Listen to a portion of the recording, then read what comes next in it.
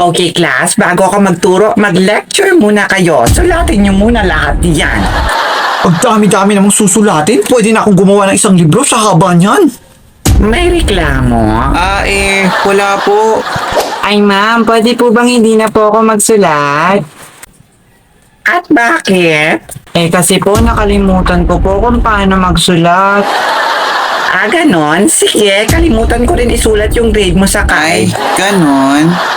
Ma'am, pwede ko po bang picturean ko na lang at sabay ko na lang sulatin? Gusto mo, picture mo na lang ilagay ko sa grade mo? Kailangan bilisan kong magsulat para maunahan ko sila at maging tapuan na ako. Saan napapunta yung sulat mo? Nakakapagod naman magsulat. Buti pa yung mga kaluluwa, hindi na kailangan magsulat. Ay wow, ang ganda naman ng sulat mo.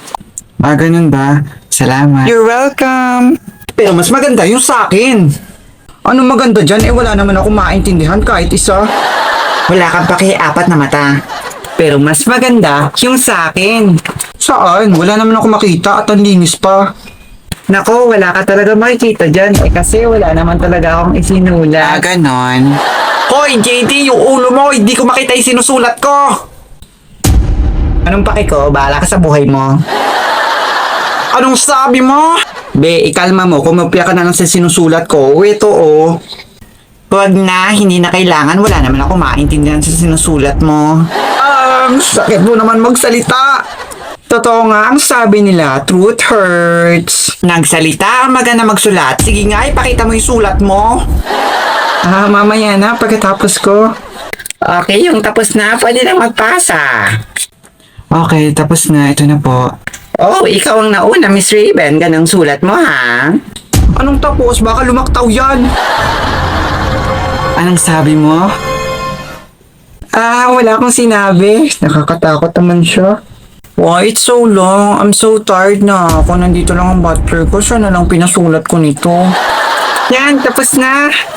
Wow, ang ganda-ganda naman ang notebook mo. Ang dami-daming design. Talaga ma'am, salamat po.